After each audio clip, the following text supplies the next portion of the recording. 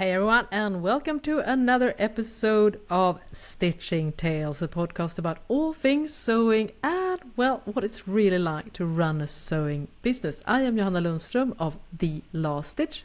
And I am Malena Hjerpe from Hazelhen Patterns.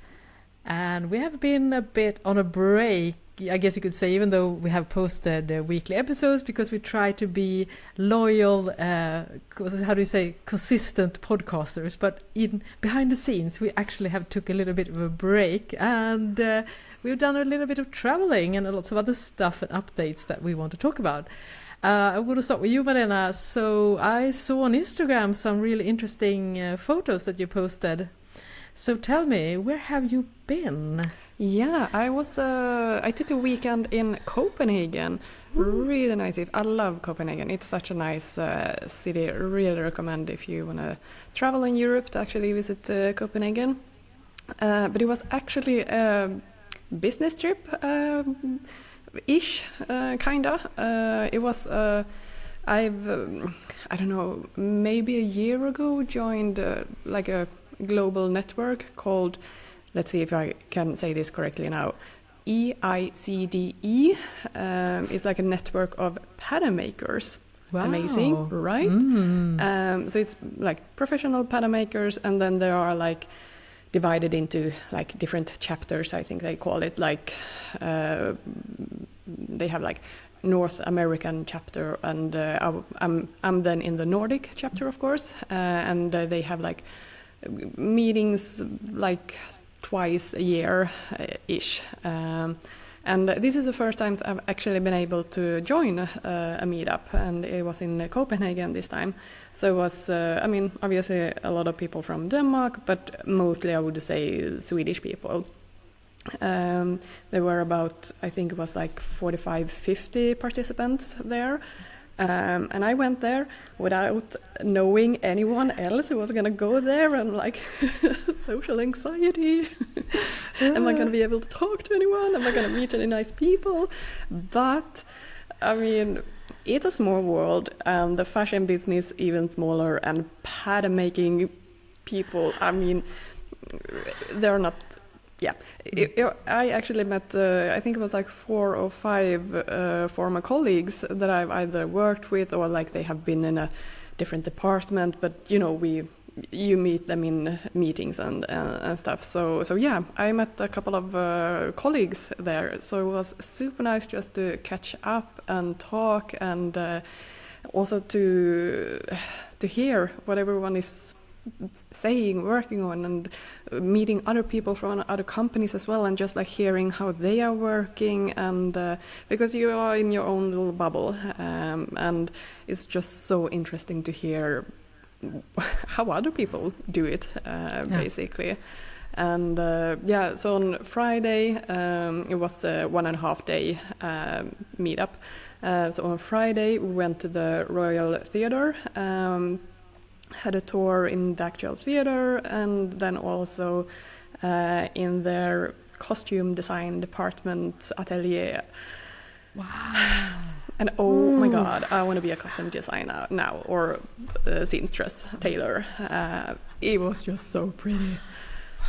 I'm definitely gonna share some pictures on it on Instagram.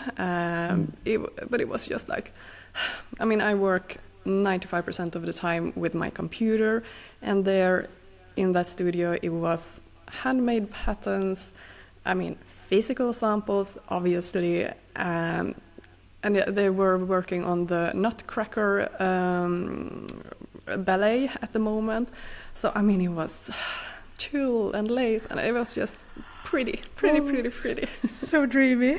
Yeah. Oh my god, I get like goosebumps just to be talking about, because just like you, I love costume designs and extravaganza. Extravaganza, exactly. It's such a different world when you're not limited by what is wearable. But you can be part of this great vision. And like it needs to look pretty, but also obviously be functional because they are a dancer. It requires movement, but still needs to look a certain way.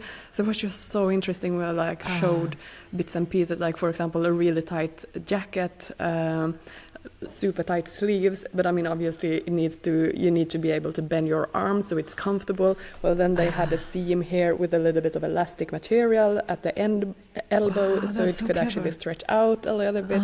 So just like those small things that we don't do that on everyday garments, but on theater garments, then you do those kind of small things to be able to increase the movement and wearability, and it was just so fun. And especially on one garment, a really like elaborate dress, they said that they don't they don't make like sizes, like number sizes on it. They customize it to the name, like to the people who are actually going to wear it. And I think like it was like 8 women who had actually worn that dress before. So they put a little name tag for each person who it has been customized to. I mean, isn't that just like history in one dress? It was so pretty. Wow. And how to refit one dress to several different people over, I mean, years and years of time. Yes.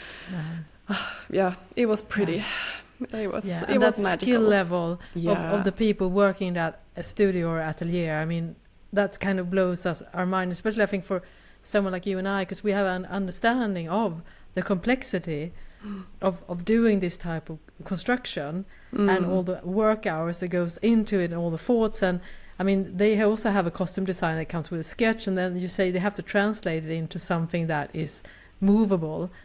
And I find it so fascinating. And I also just had a thought. I realized that in ballet, the invention of stretch fabric must have been such an amazing development, or like made everything so much easier, because you can imagine when they had to, maybe not every dancer is like wearing tulle. I mean, they had to wear outfits and they were in stiff woven fabrics, and they still have to move with ease and make everything look effortless. I mean, ballet is an old art form, and way before there were any lycra or spandex revelation. And it must be so fun. I don't go much to dance performance, but last year I went to one where the former designer of Dior, I'm going to butcher the name, I think it maybe Maria Grazia Churi or something like that. So even though she was the main chief designer of Dior, she also designed costumes for a small ballet performance in Gothenburg. So I have to imagine. Yeah, she's apparently really into dance as her side gig. So I thought that was so interesting that, you know, thinking about garments in that way, and those costumes were very simple, but I can also imagine it's an interesting challenges for a designer to think about the visuals and also about the movability of wow, so fascinating. I'm deeply envious, and I'm sure everyone is listening is like, next time take us with you. Yeah, no, it was. Can we follow? It was amazing. It was really so much fun, and we were just an hour in the sewing atelier, but still, I mean, it was. You could imagine being there on an internship or something, and just like be able to learn everything they know and see how they do it, and it's amazing. I want to switch career.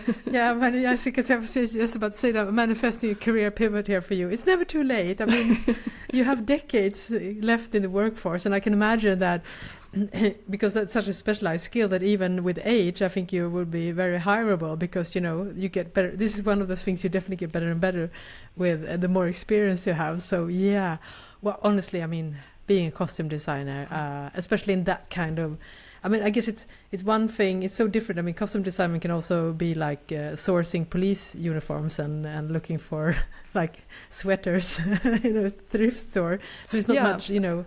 Yeah, obviously, I mean, it depends on what the theater is showcasing, or opera or ballet or whatever it is. So yeah, no, it was really so fun to see. And then on the second day, we had basically a day of listening to different people within the fashion industry talking about different topics, and one thing I want to highlight here that I think could be really interesting for everyone to hear is that it was this, oh god, now I don't remember her name, sorry, but she had a mission like from a clothing brand that she had measured a lot of women. It was a women's wear brand, trying to figure out the sizes and like this whole sizes issue. And I think when she had measured those 300 women, it was like, was it like 8% that actually fitted, like, no, I think it was less than 8% that fitted into one size. It was like, yes, you are that size. 8% or less. Again, I don't remember exactly, but like it's so small. So it's even smaller than I thought, actually. I mean, we have talked about this many times before, that you have to, figure out the most common denominator, even though it's a very small selection group. But 8%. Yeah, and so if you at home think that it's so difficult to find the right size for me, we know it's an issue. We validate you. You are correct. It's so few people that actually fit into one size, like straight off. And now I don't remember how many measurements she actually took, if it was just chest, weight, seat, or if it was height as well. I don't remember really. But and chest probably, I would assume. Yeah, obviously. I mean, basically the width, the most important width measurements that usually are on the website of a clothing company. But so she started looking into then different body shapes, and how can a clothing brand then accommodate that women are so different, the body shapes are so different, and she mapped out, basically she could like group most of these women into, I think it was 13 different body types or body shapes, and then if you would specialize into, was it like 3 or 5 of these specific shapes, you would actually reach so much more women. It would be so much easier for women in general to find a better fit for your specific body, not just measurements, because we talked a lot about that you can have measurements, but then you have different shapes, like where is the width placed on your body, basically. And it was just so fascinating that she had taken all this time. She had been sitting in the basically fitting room in the store and like talking to customers for like so many weeks, actually, and just hearing what are people talking about, how do they experience the fit and everything. It was like so fascinating to hear. So I want to share this to everyone now and say that we are working on it, we are all working on it. We don't have a solution how to fix, how to do this, how to make the fit, how to make the sizes so it includes as many people as possible in the best way. It's a really difficult issue to solve, because the way they had solved it or like worked with it is like, then they split up their garment groups and made like, okay, so we have 5 trousers, then we have some trousers are made for this specific body shape, some this model of this trouser is made for that specific body shape. But then it's also like, but how do you, if a customer has difficult to know your size, how do you know which body shape you are even? So you need to figure out that as well. So it was just so interesting to hear, and when you get so specific, nerdy about a subject, and the whole room is like, we know how we're gonna figure this one out. We don't know. We all like, everyone is like scratching their head and it's like, how should we do it? Like, should we have 5 different body blocks? But again, how do you communicate to customers which should you choose? How do the customers then know what kind of body shape they have? And also, like, how to communicate about that? Because this, I mean, there has been this, using quotation marks now, hourglass shape. apple shape, pear shape. But how nice is it that to, it's like, oh yeah, I'm a pear shape. What does that do to your self-esteem, talking about your body in that kind of a sense? Like, it's an ongoing process. So I just want to say that, yes, everyone struggles with this, how to fit as many body shapes as possible. We don't really know how to figure it out. But we know about it. Like, we know it's an issue. We hear you. We are trying to solve it. But it's a difficult how to say, problem to solve, unfortunately. Yeah, and it's such interesting, because I can imagine it's a constant discussion, and it goes to show how difficult it is. And I agree with you, that observation about body types, because I think you and I think all the listeners are quite aware, because we are making our own clothes and we work with construction, so that has given us a lot of information regarding things on our body that we might have to change on when we're making garments to make them fit. But I think the general population have no idea, really. I mean, they would not understand like lingo, like a full bust adjustment. I mean, they only know that they have problems when they're trying to fit on a t-shirt, for instance, or something like that. And also, yes, I agree with you. The body types. How do you give those unloaded, fresh names that aren't derogatory? Sorry, I can't blank words. I haven't spoken English now in a few weeks. And that you feel like minimized, or that someone puts a label on you. And then it also have to give the correct information to the customer. I guess you would do that with illustrations, but would you do that in a respectful way as well?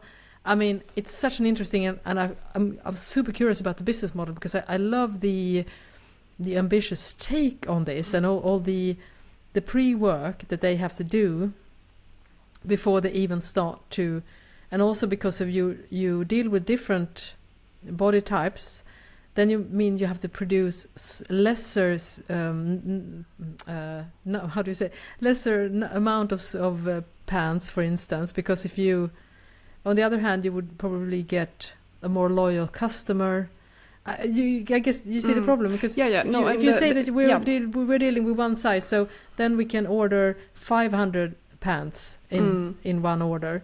But if you have 3 different pants, then maybe you can only order a couple of hundreds, and then that means it's more expensive from the factory that you're ordering from. So it's like... No, I mean, the solution they had for all that they were working on was that, for example, if they before had 5 trousers in their collections that were... all of them used the same basic block as a starting point, so the fit is basically the same. I mean, the silhouette might be really different, of course, but it had the same body in mind, had the same starting point, basically. But then they shifted and had, I don't remember if they were 3 or 5 different body blocks that they had, like the different body shapes, basically. So they still had 5 trousers in their collections, but the first trousers, that was targeted towards one specific body, the other one towards another, the third one to another again. So one trousers were not made for everybody. One trousers were designed for a specific body type. So but then again, if I have a specific body type, then I can maybe only fit just 1 or 2 of those trousers were going to fit me well. But how do I know, as a customer, how do I know that? Especially if you're working with all the fashion brands. I mean, they work a lot with direct to customer, meaning that they sell online, basically. And she talked about that a lot. I mean, there are so many. This is a huge issue in the business, that there are so many returns on online shopping, and it is also really difficult to know. I mean, the customer is buying 3 garments or same garment, 3 different sizes, and then returns maybe 3 even, but mostly 2 of them, and they give feedback that one is too small. But it was a size too small, and one size is too big. It was the bigger size. So if they even found a sample that fitted them nicely. So this whole return issue, everyone is struggling with it. I mean, it needs to. It's such a huge cost for all the companies, and also, I mean, environmental friendly. It's not good to send the packages like. It just creates so much more logistics issues. So yeah, this is an issue. It's a problem for all brands, but how to solve it? That's we don't know yet. Everyone seems to be struggling with the same issue, which is also a little bit like, oh, okay, good. It's not just me who have issues with it. It's apparently, I mean, I kind of knew that, but it's apparently everyone. So yeah. At least that's some comforting. That's very comforting to hear. And I think that's also because something I thought about in my own brand as well a little bit, that should I, try to be more like, because I think we all design for certain body types. I mean, subconsciously, as you say, even though the measurements may be the same. For instance, all my garments have a little bit extra ease around the tummy area because that's how I need to be. So basically I'm designing for my own body type, and also because I design towards an age bracket where usually the tummy is a little bit fuller. So I think about that a lot when I design my patterns, that nothing should be tight around the tummy area. But I don't really talk about that because I don't know why. But there is also like two different point of views, or how to say, like one is the technical fit, that the garment is actually fitting you well, but maybe the customer don't like this silhouette, and then you have the silhouette, the design fit, or how to say, like how do you want the garment to actually visually look, that kind of fit, and those are a little bit two separate things. Even though a garment might fit you well, I mean, it's perfect technical fit, but the customer just don't like that kind of a silhouette. Right. So then it's not a good match either. And here again, it's also a little bit with the body shape. If you have a little bit fuller tummy, maybe you don't, even though the technical fit of a tight top is great, it looks, I mean, it fits you well, but you are not maybe comfortable with having that kind of a fit. Then you want a silhouette that is a little bit more, has a little bit more ease around tummy area, just because you don't want to have a tight fit there. So exactly. Then there are two things also we need to take in consideration: technical fit and design fit. And maybe you need to work with your silhouette here as well. For example, I mean, many years ago, when I was working at the department, and pencil skirts were so trendy. And we had just pencil skirts. I mean, so many different types of pencil skirts. But then it's also like, well, then you're serving one customer. Like, yeah, it's trend. It's on trend right now. So, of course, a lot of people wanted it. But for those people who is like, but this doesn't fit me, my body type. Maybe we need to have an A-line flared skirt, something else as well to serve the other customers who's just not into pencil skirts, even though if it would fit her nicely. So I think that as a designer, you can work so much with that aspect as well, to have different variations of the silhouette. So it actually, in that sense, you can work with a lot of different body shapes, that different types of silhouettes suits different body shapes differently. So yeah, it's a complex topic, but imagine just sitting in a room and everyone is like, yes, we know exactly what we are talking, like we understand each other. We don't have to explain the issue to a designer, to a buyer, to the department head or something. It's like we are all in this together. Yeah. So it was just, it was nice. And then we, of course, had a lot of other discussions as well. But this was something that really stood out to me. And I think it could be nice for everyone to hear as well that, we know it's an issue. We don't have the magical solution, unfortunately. Yeah, that sounds so wonderful. So what was your feeling when you came home from the trip? Did you feel inspired, or what was your thought process when you came back? Because usually the kind of trips sets things in motion, I think, for everyone. Yeah, and I'm when I hear any information, since I'm a freelancer, I don't know what I don't know how much next year is. I'm always like thinking of like, should I stay as a freelancer? Should I continue? Is there work? What's the future going to be like for me? Or should I pivot? Should I do something else? Like, and that's usually one of the, how do you say, the things that lives in my mind afterwards. And I'm conflicted. Like, I still want to continue working as a freelancer, but oh my God, this business. Oh no.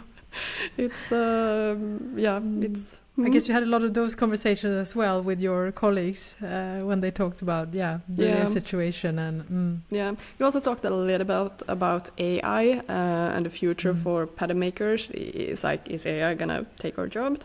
And it was actually someone who was working with AI, but she used it more as a search engine. Let's say if you have a huge library of different garments, silhouettes, different sketches, like you could more easily search the right pattern, so you can start from that when you create your new pattern. So it was a little bit like, oh, thank God. At least AI is not going to come and take our jobs. Not yet, no. Well, I think that's going to be I think that from that sense, it's going to be a long time before that's a real threat, I think. And probably more of a tool. Hopefully it can be a way for everyone who's working in the business, especially freelancing where time is money, definitely, and you need to really work effectively and being able, that could hopefully make your job a little bit easier in a way. Yeah, I think, no, it was really interesting to hear what... how she was working, and but it was also just nice to meet other people also, like again from other companies, and just hear what programs are they working with, how do they work, and because you get so you're in your own little bubble, but it was nice.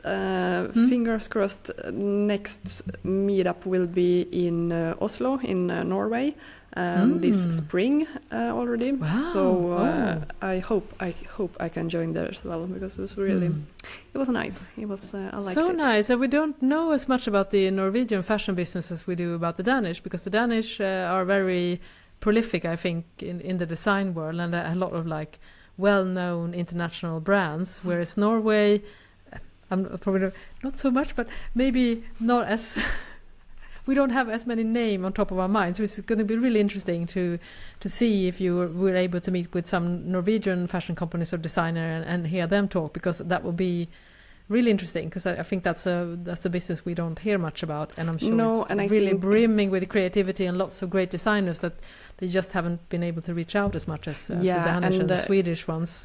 And if I can be a little bit, how do you say, fördomar, what's a good word for that? Prejudiced, yes. Against Norwegian designs, or like they focus a lot on functional wear. Outerwear, ski wear, functional garments out in the extreme, because it's a country that is close to the ocean. They can have snow, storms, whatever. So they focus. I think there are a lot of companies that focus on that specific niche in the fashion business. Of course, I'm 100% sure there are fashion brands there as well, but they are maybe more into the functional garment. Yeah, and it's probably like really frustrating to be like a high-end fashion designer in Norway, because everyone is like, oh, so you do like functional Gore-Tex jackets? And like, no, I do high fashion. So it's probably a bit of a curse, I think, in a way, as you say, because we all have this idea, and of course the well-known brands like Norö and those are, functional like weather. Yeah, but there's a need for it. Yeah. I mean, if it's a specific climate in one country that requires these kind of garments, well, of course, there are going to be those companies who serve that specific need. So then I do hope that we have some Norwegian listeners. So come out of the woods, please, and tell us how it's really like, and apologies that we have some prejudice again. The Norwegian fashion landscape. You can of course either comment on our Instagram account, Stitching Tales Pod, or email us at stitchingtalespod@gmail.com. We love to hear. Yeah, no, it was so interesting to learn more about different brands there. What are the market like? Yeah. But enough about me. You have also been on a trip. Tell us. I've also been traveling. Yeah, so I've been on my first long vacation with my boyfriend. We met in February of this year, so it was a trial run, and it worked out well. We're still together, by the way. So the thing was that in his extended family, he has access to house in Spain at the Costa del Sol, which is like the Sun Coast, I think it's called in English, maybe. I have not been there before. I've traveled to Spain, but only to Mallorca and Barcelona.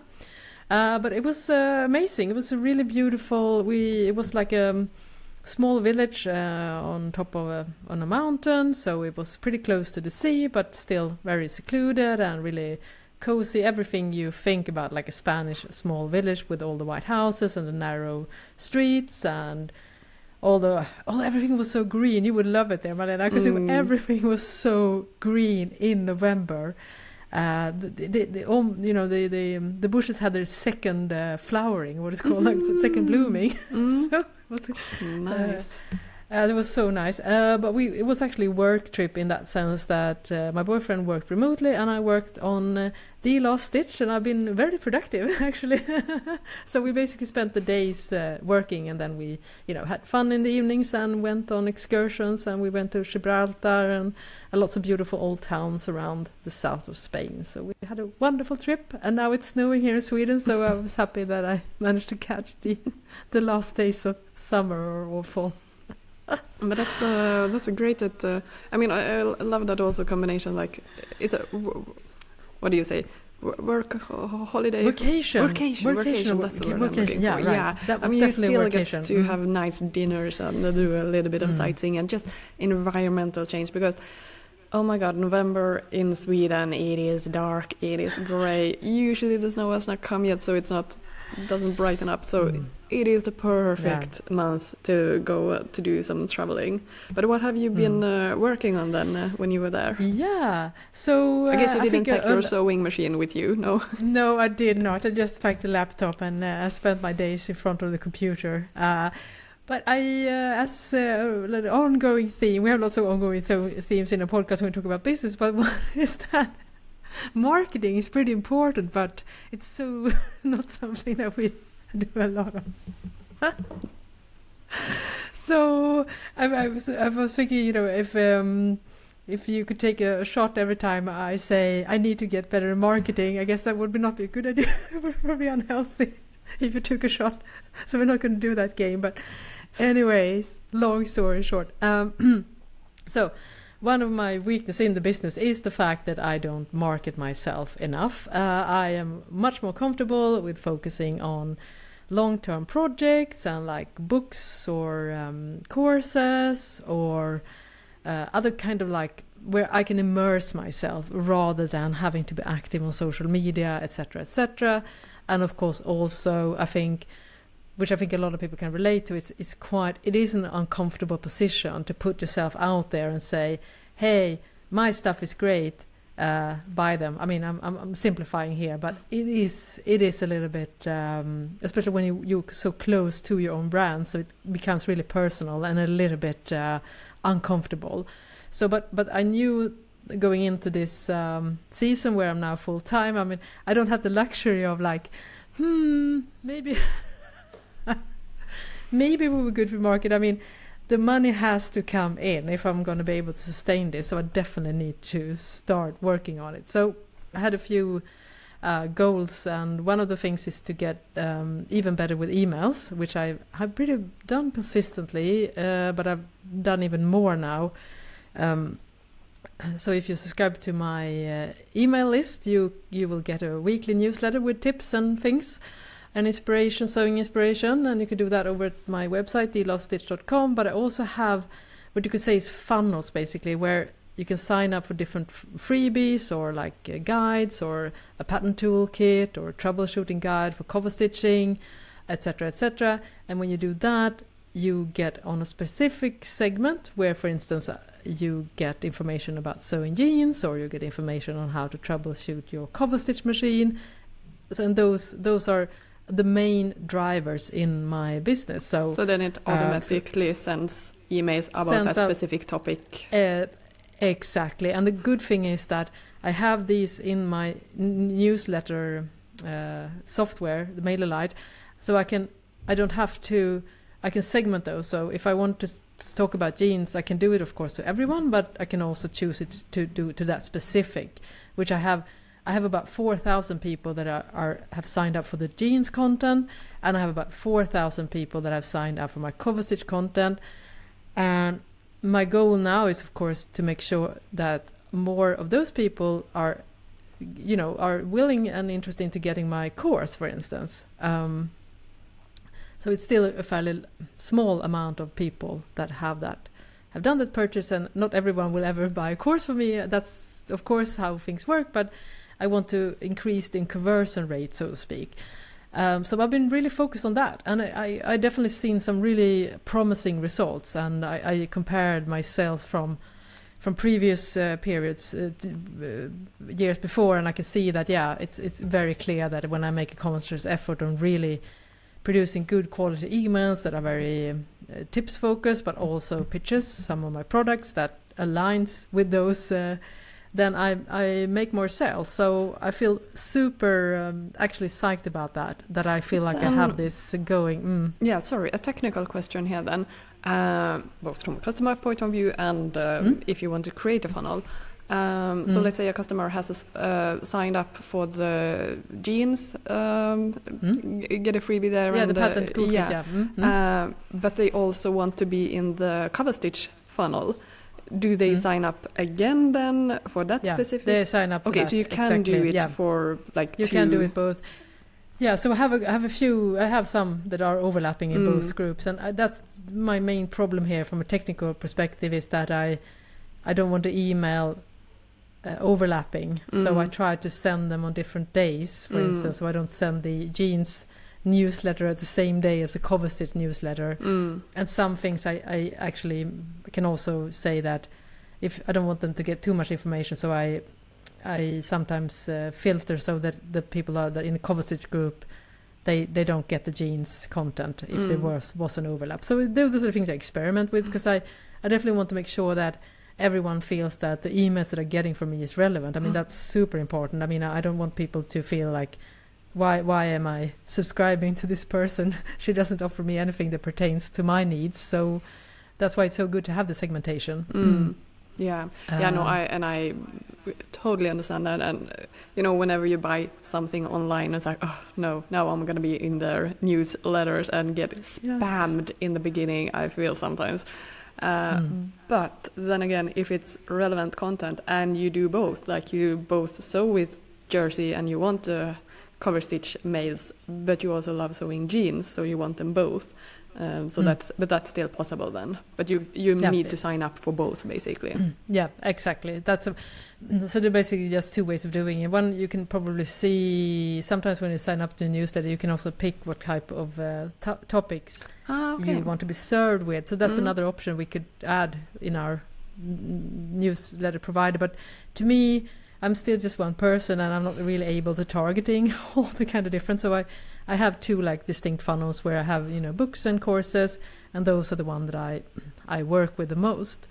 So yeah, super excited about that. I will definitely keep on making this my priority when it comes to content creation rather than other things. But I've also, for the first time, actually I also edit a bunch of reels in Spain. Nice. Yes, finally. I've heard that's a thing. Short form videos. 4 short form vertical videos. I've been told it's a thing. It's a thing. It's a thing. And yes, I can confirm. It's a thing. And if you compare it to the reach and engagement and all the things, Reels are definitely outperforming static post. I can confirm. Yeah. Have you seen any, or have you maybe not posted everything yet, or what are your? Have you reached any conclusions or statistics or something? Yes, I will say first of all that the reach of a reel is about 3 to 4 times larger than a static post, and it reaches, in my case, about 35% of the ones that are seeing the reels are not my followers, which means that it has a big reach outside my group. I would say likes per view is less than if you compare it to static post, for instance. And that's about it. So when I got a bunch of new followers from my reels. Oh, but that's amazing. Yeah, because I think when we work with marketing, we need to have a strategy or like, why are you posting a certain content, and different contents can have different reasonings why you want, like, yes, reels, then you, I mean, obviously serve your followers, of course, but it's a great way of reaching new people. But then pictures, carousel, I think it's called, right? With carousel, pictures, then you serve more the followers that you already have, and you can be more personal maybe there, and so different target groups or different reasons for posting different things. Yeah, and I guess that's probably the insight, and of course also the challenge, that if you are running a business and you work with social media, in this case Instagram, you definitely need a mix, because you have to, as you say, cultivate the people that are following you, that they feel a value and are feeling served, and with interesting content, and you also need to grow. And that is where the reels, I think, and of course paid ads, which I haven't done, but that's also a thing. So what kind of reels have you done? Is it tell us about that? Yeah. So what I did when I updated my jeans course earlier this fall, I also sat down, and I should also say that I of course didn't do this myself. I had the help of ChatGPT. That's the worst abbreviation ever. We're going to call it AI. I cannot say this without stumbling on the letters. I mean, it's awful branding. I just want to say that. But anyways, so I, of course, both for the emails and for the reels, I have created in AI projects where I upload all the things I have, like the course script and the books and everything. And then I just ask AI, so present 5 reels ideas for sewing jeans, for instance, or create like suggestions on email topics from these documents that I could send to my readers. So that's how I do it. And when I film my jeans course, I asked AI, so serve me ideas on reels sewing jeans. So when I did that, I also filmed, I think, about 6 or 7 reels while I was also filming the course. And it was so nice because AI helped me just so I was like, okay, I just know what I need to do here. I need to talk about this topic. So that's what I did. So again, I as we talked about previously, I kind of feel a little bit thorn, because if I go on the sewing Instagram, I'm not bombarded with great tutorials when it comes to reels. I'm mostly exposed to funny videos, point of view if you're fill in the blanks. So I'm not like saying, wow, that's a great tutorial, but I have not done a point of view video yet.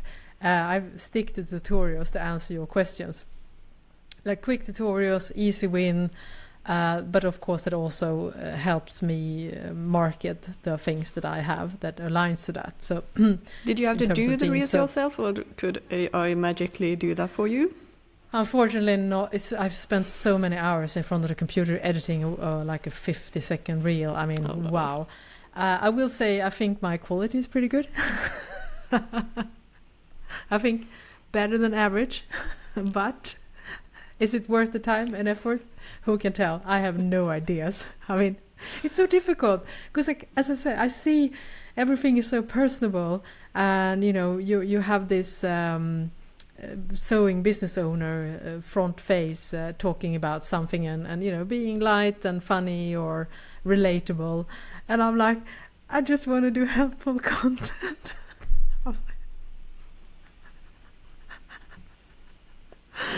It's a struggle. Yeah, but I mean that's your niche, what you are comfortable with making, and then I think I do think that is also appreciated if you see these kind of reels, and they are. I mean, you're really good at editing videos as well. So what I've seen so far on Instagram, it looks really nice, and this is the reason why I don't do reels, because oh my god, editing a video is like not there yet. Yeah, it's a lot of work, and it's so much work, and especially when you consider the fact that most reels are between maybe 20 to 60 seconds, and you have to have a cut, I think, every 2 seconds. I would think, is otherwise you lose the momentum or the tempo that one expects. Some kind of cut, and graphics and text and captions. I mean, it's so much work. We'll see if 2026 is the year of reels, Malena. We'll see. For you, at least I'm out there now. Yeah, but have you tested the new? I know about this function. I have tried it maybe once or twice because I have 1 or 2 reels I've been able to test it on. But to do test reels, have you dug into that kind of thing yet? I haven't, and I definitely should. Yeah. Because the function is that before it's published to your actual feed, Instagram pushes it out to people that do not follow your content, and that can also give you information, right, if this is a reel that's gonna catch on, right? Yeah, you get like a little bit of a preview basically on how it's gonna perform if you want to publish it onto your own account as well, to your own followers. I think this is a feature that is only available if you have a business account, so I don't think it is available for if you have a personal account. I'm not really sure there, but I think it is mostly focused on businesses. But it's a great way also to be able to reach new people, because then it's obviously just showing that reel for non-followers. So it's a great way of reaching other people. And of course, I don't know exactly, but it kind of targets.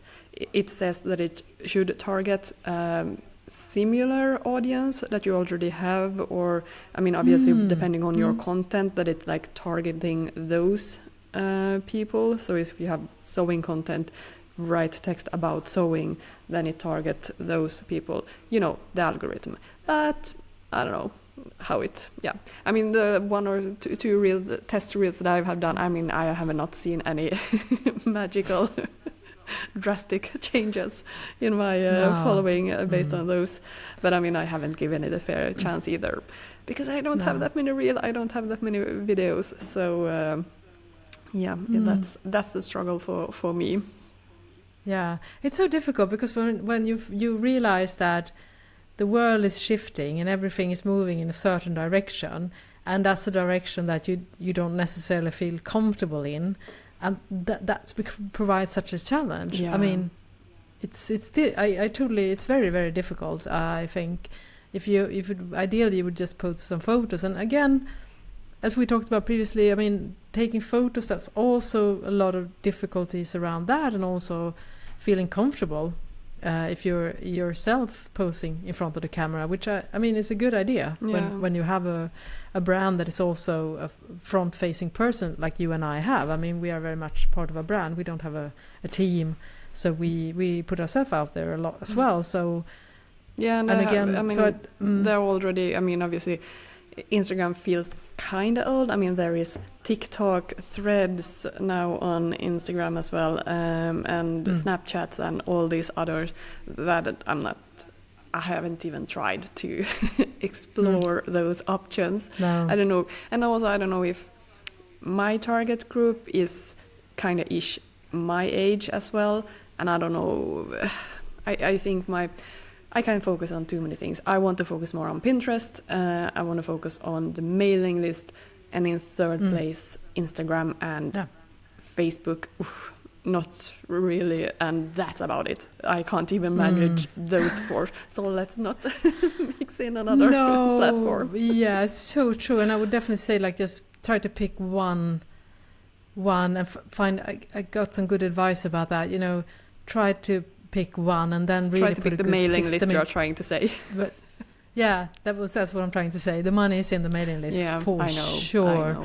I need to be and better. even though you might get the impression of that sewing sewing is so big on Instagram and of course also on Facebook, but again, that step from a follower to a buying customer is so much bigger. And you know, the connection between sales, of course we have all outliers that do really well on Instagram and have the main focus there, of course, but for most of us it's not going to be the case. So I think it's a good way.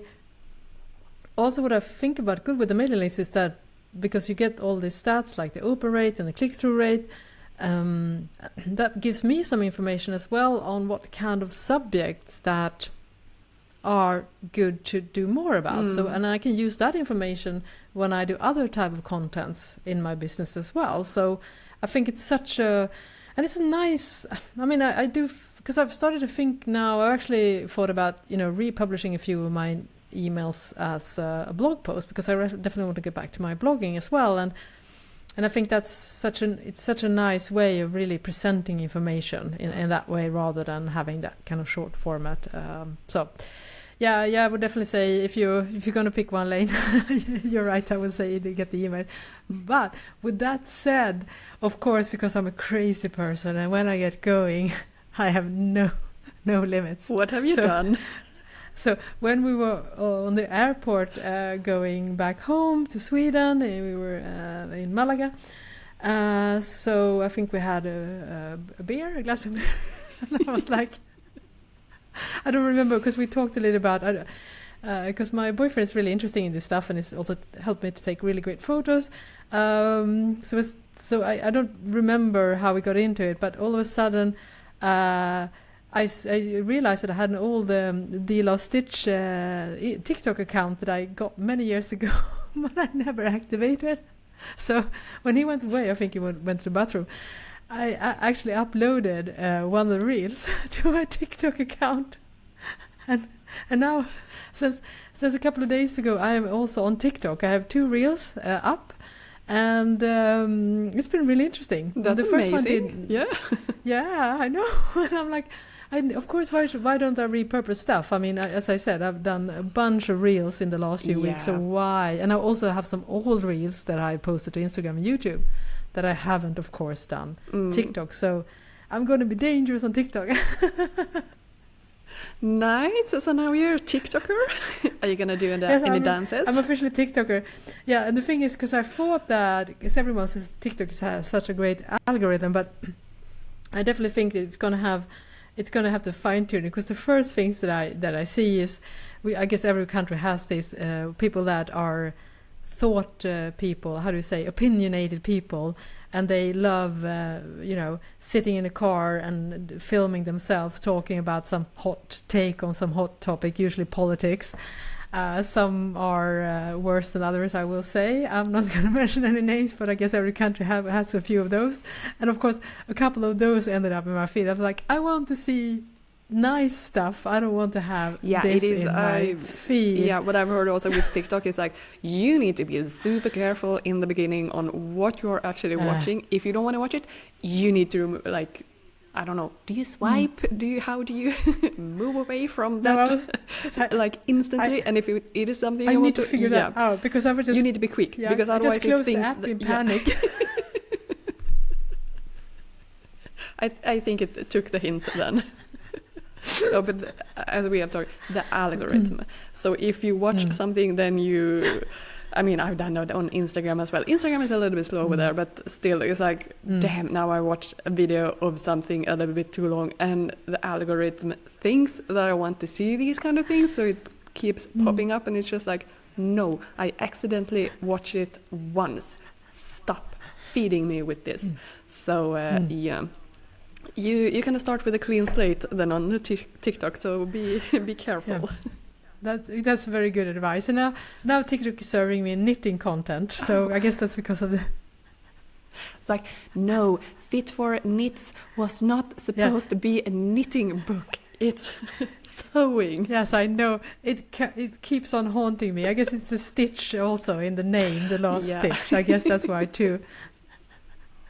Or even better, so I was frustrated about that.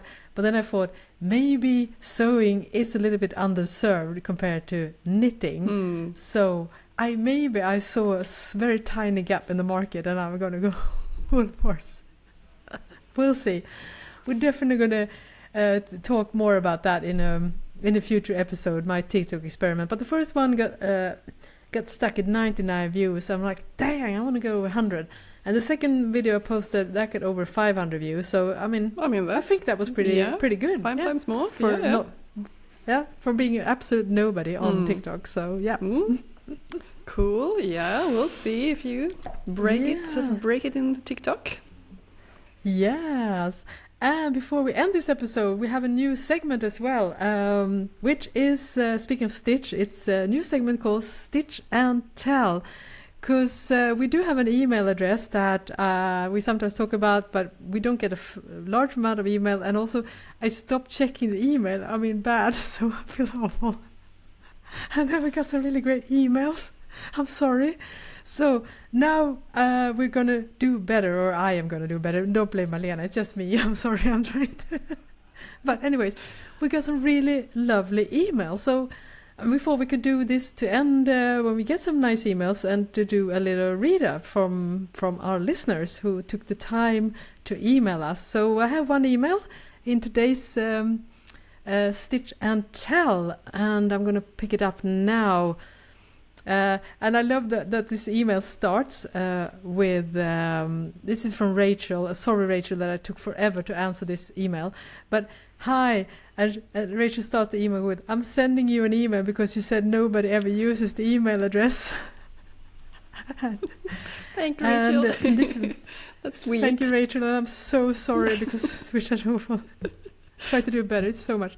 Anyways, this is an email which we talked about in our fall 2025 episode, which is a really popular episode where we talked about fall trends. And we talked about the thing about being oversized, and I am one of those people that are quite short and don't feel comfortable in oversized clothing. But Rachel has figured this thing out, and she wants to share it to us. So I'm going to read the email now. Yes. I'm short too, 5'2" to be specific, and something I learned that helped me figure out how to sew oversized or baggy clothes that didn't look ridiculous was all about proportion. And there's a style guru, which I'm not familiar with, but I guess you should check this person out. Ithaca Maven, she has a Substack, said that if a pattern is designed to have a 6 inches of ease at the hip, the less body mass area you have, the larger this looks, and the more body mass area, the smaller this looks. So, for larger body mass, be it horizontal or vertical, the ease will wear differently because of the drape and because it's a different percentage of the measurements. So for someone who's 5'8", wearing something with more ease gives them more draping potential. But for someone who doesn't have the same body length, the drape isn't going to look right with the same amount of ease. So, to mitigate this, you can play with the ease of the garment to bring it in and mimic the drape that it's giving on a taller person. And then she gives some numbers here, but basically she said that you have to figure out the percentage here. So for width, if someone has a 36-inch hip, has 8 inches of ease, that's 27% of their hip measurement.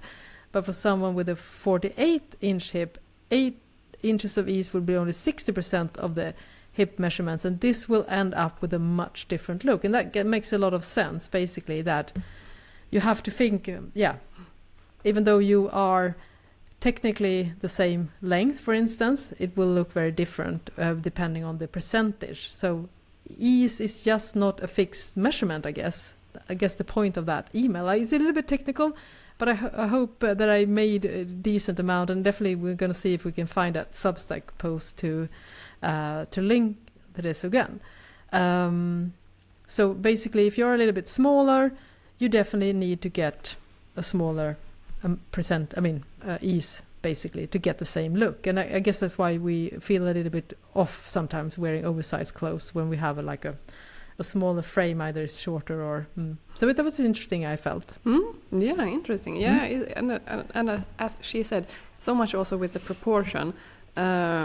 Usually with oversize, if it's also long, I mean, then you really get the feeling that you are drowning in it if you are shorter. So having a little bit more shorter silhouette while still oversized width-wise, that could actually be a really good combo. So it's really finding as she said, the right proportion for you. Exactly, and I guess that one good example is those super trendy, I think the Row and a lot of other companies do that. It's like mega oversized t-shirt, so it basically looks like a nightgown almost, and if you are tall, you can kind of balance that proportion up a little bit, so it looks kind of cool if that's what you're going for. But if I would wear that, it would probably end up, way down on my calves, basically, and it would look almost just like too big of an oversized t-shirt that I slept in. It wouldn't feel stylish, and that's where you have to figure out, both the lengths and the ease proportion, and try to, you can get the same look, but they would definitely meet some different changes both in terms of length and the amount of ease, I think.